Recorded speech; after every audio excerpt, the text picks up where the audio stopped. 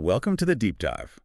Today we're embarking on a really fascinating journey into a client-responsive approach for therapy and personal growth, the mirroring hands technique. Yes, and our main source for this is Richard Hill's The Practitioner's Guide to Mirroring Hands, which does a fantastic job unpacking Ernest Rossi's work. It really does. And what strikes me about mirroring hands is how it seems to act as a natural connector. Exactly. It sort of helps bridge that gap between our conscious thoughts and feelings and this implicit inner world that's so influential but often unseen. Like a direct line to our own problem-solving abilities. Pretty much, yeah. Fostering this deep mind-body healing kind of from the inside out. So our goal in this deep dive is really to uncover where mirroring hands came from, get a handle on the principles behind it, like self-organization and ultradian rhythms. Right. And see how it's actually used to unlock those inner resources. Consider this your express route, folks, to understanding a genuinely innovative therapy approach. Okay, so let's start at the beginning. Where did this technique actually originate? Well, the technique itself was developed by Ernest Rossi. He was a really key figure in hypnotic induction and hypnotherapy. Sure. And as Richard Hill lays out, especially in that great conversation they had that's in the book, it really emerged from this rich mix of psychotherapy, therapeutic hypnosis, and Rossi's work with Milton Erickson. Ah, Erickson. His name always comes up in innovative therapy, but the book also mentions Dr. David Cheek first.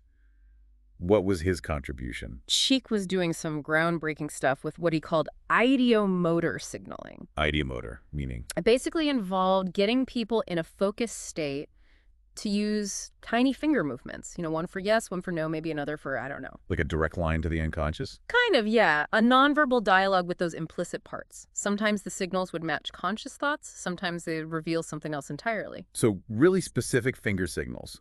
But Rossi took that idea and ran with it in a slightly different way. Precisely.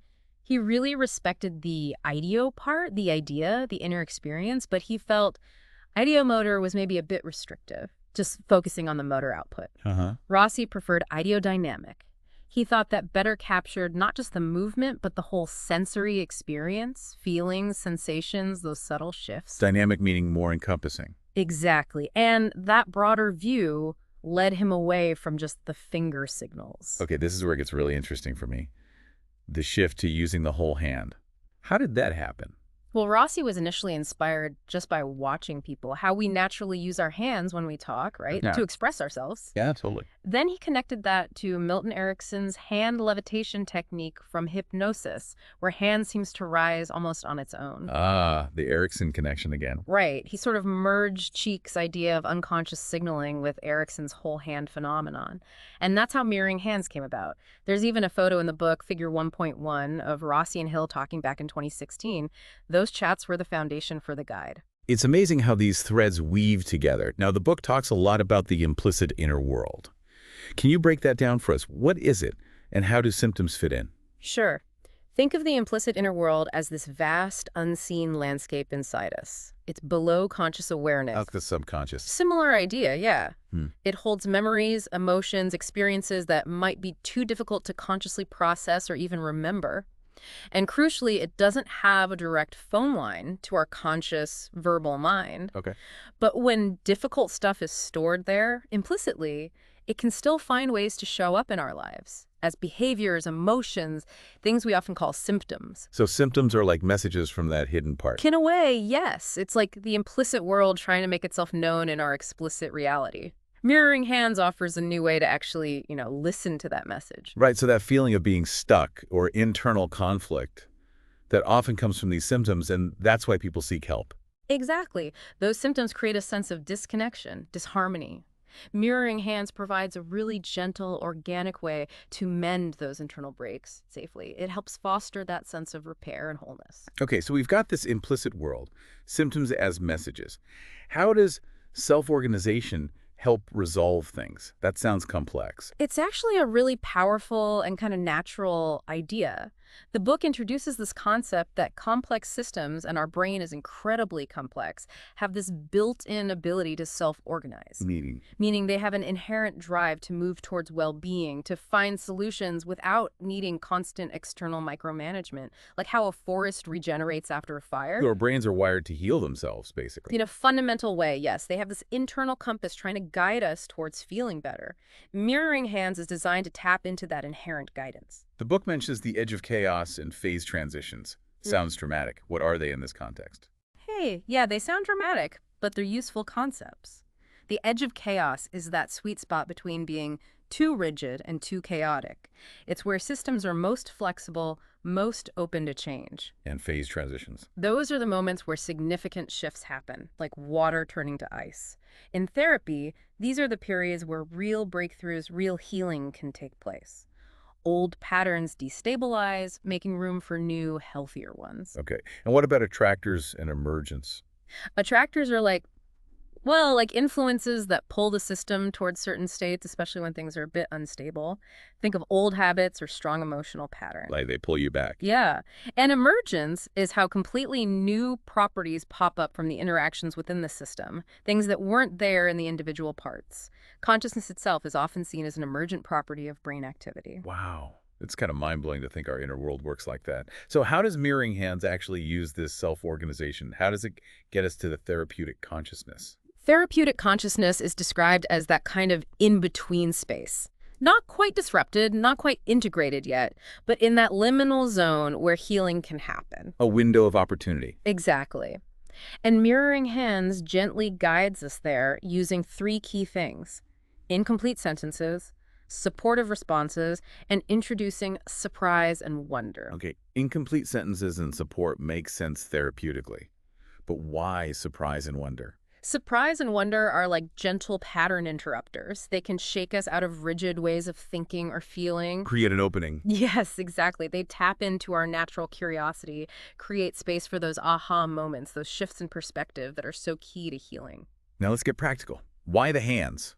The book really emphasizes the hands in Mirroring Hands. Oh, the hands are brilliant for this. They naturally draw our attention, right? We look at our hands. Yeah. They're mobile, so we can use them to, like, physically represent abstract inner stuff, make it tangible. Externalize it. Yeah.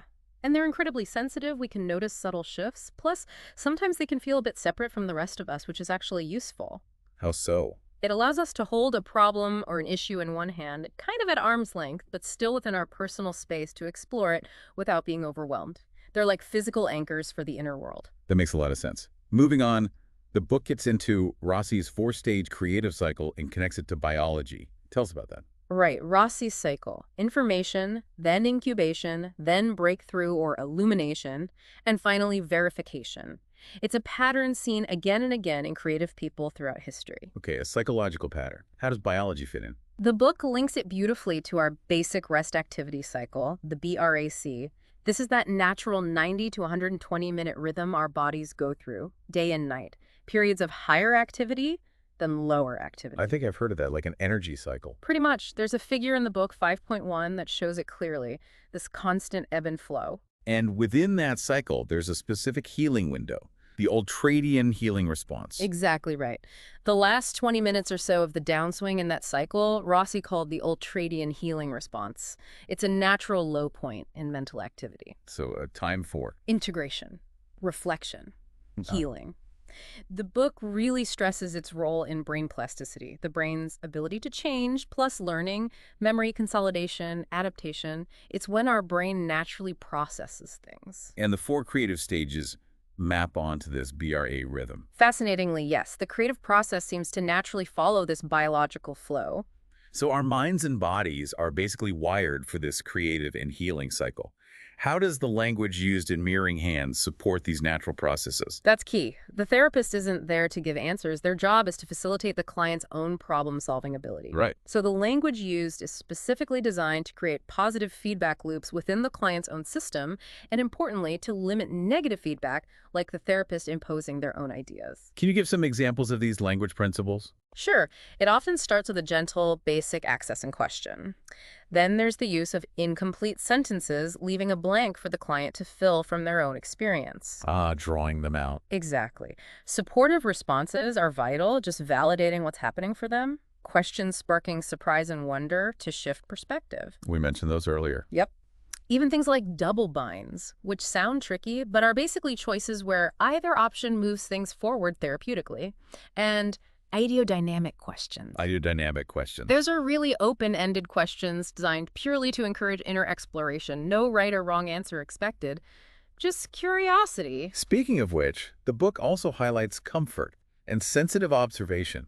Why are they so important? Comfort is huge because feeling safe and comfortable positively influences those implicit processes we talked about. It enhances healing. So physical comfort, feeling safe with a therapist. All of that. Ease from difficulty, comfort with the approach, and maintaining comfort during the whole experience. It's foundational. And sensitive observation. That's about the therapist really tuning in, noticing subtle shifts, posture, breathing, tiny expressions. It's about being highly aware. Why is that awareness so valuable? The book suggests this sensitivity might even help access what it calls quantum qualia, those really fundamental, subtle bits of lived experience as a new inner resource for the client. Quantum qualia. Okay, that sounds deep. The book also talks about symptom scaling. How does that fit in? Right, so in mirroring hands, symptoms aren't just problems to get rid of. They're seen as emergent properties, signals from the inner system needing change. Okay. Symptom scaling is simply having the client rate the intensity of their symptom, maybe on a 1-10 scale. Doing this during the mirroring hands process can actually create an opportunity for healing to happen right there in relation to the feeling of the symptom itself. So you work with the symptom's intensity. Exactly. The book gives examples, like with heroin addiction or anxiety, showing how this can play out. Chapter 9 focuses heavily on curiosity. Why is that such a big deal in this approach? Curiosity is presented as just fundamental. It's how we engage with life, right? And it's absolutely core to mirroring hands. How so? Well, the book contrasts it with a kind of rigid winner-loser way of thinking. Curiosity shifts consciousness, opens us up. It mentions different kinds of curiosity. Yeah, like curiosity for information, just wanting facts. Then curiosity for play, enjoying unexpected discoveries. And then curiosity for possibility, this really open-ended kind connected to our growing edge. Our growing edge. That place of potential where new growth can happen. And this connects to the idea of the numinosum. Numinosum, what does that mean here? It's a term from Rudolf Otto. Jung used it too. It describes that feeling of awe, wonder, fascination, encountering something profound, mysterious, beyond our usual control. Okay. The idea is that when novelty sparks our curiosity, it can lead us towards this numinous state, which might actually facilitate neurogenesis. New brain connections. Potentially, yes. Facilitating brain plasticity, opening new pathways for change just through being deeply curious. It sounds really empowering, like we can tap into this ourselves. Does the book talk about solo practice or helping others? Absolutely. A big part is that individuals can use mirroring hands principles for self-facilitation, creating their own positive shifts. And helping others. Yes, especially when someone feels overwhelmed. A caring person, partner, parent, friend can gently guide them, maybe help separate positive and negative feelings into different hands symbolically, just offering that supportive presence. Can you give an example? The book mentions things like helping a child settle down to sleep, calming someone's anger, or even helping someone deal with fear around being bullied. It's about facilitating their own process. That's really practical. The final technique explored is the at the growing edge contemplative practice. What's that about? This is presented as a specific mirroring hands exercise. It's a way to explore your present self in relation to future possibilities. It actually has similarities to mindfulness practices. And what's really interesting is the suggestion it might even trigger biological changes, gene expression, protein synthesis, brain plasticity. Wow. How does it work? Generally, it involves stages like acknowledging your current state, sensing into your potential future self, noticing what thoughts or feelings emerge, perhaps in your hands, and then integrating that new awareness. The book has figures showing brain activity during this. Yes, figures 14.3 and 14.4, they illustrate potential bioelectronic activity, maybe capturing those moments of creative insight, those aha moments. And finally, the book touches on quantum concepts. That sounds like a whole other level. It does briefly venture there, yeah. Mentioning things like quantum sensitivity, quantum qualia. It introduces this idea called the novelty numinosum neurogenesis effect. Connecting novelty and wonder to brain growth at a deep level. That's the suggestion, linking it potentially to health right down at the molecular, even genomic level. But the book is careful, too. Careful how? Careful to distinguish the scientific understanding of energy at the quantum level from, more pop psychology or pseudoscientific uses of the term. Right. Important distinction. It also mentions nuncius nuclei brain regions producing neurotransmitters that might get activated by curiosity, creating beneficial states. And ultimately, it points towards this bigger picture, Me too. an integrated quantum field theory perspective, trying to connect physics, math, biology, psychology, to really understand consciousness and change at a fundamental level. It even references something called ZX quantum calculus. Okay, that's definitely getting complex, but fascinating. So after that incredibly rich deep dive, what's the main thing you'd want our listeners to take away about mirroring hands? I think the core message really is that mirroring hands is this powerful yet gentle client-responsive technique. It's deeply rooted in natural biological and psychological processes. Not just something made up. Not at all. It offers a way to facilitate profound self-understanding and healing by tapping into that amazing interplay between our conscious mind and the body's implicit wisdom. That connection again. That connection. It's about harnessing what's already there. Brilliant. And on that note, here's a final thought for you all. How might you become more attuned to your own inner world, to those natural problem-solving capacities you already have? Maybe even just take a moment, right now or later today, to notice the sensations in your own hands. Just be curious.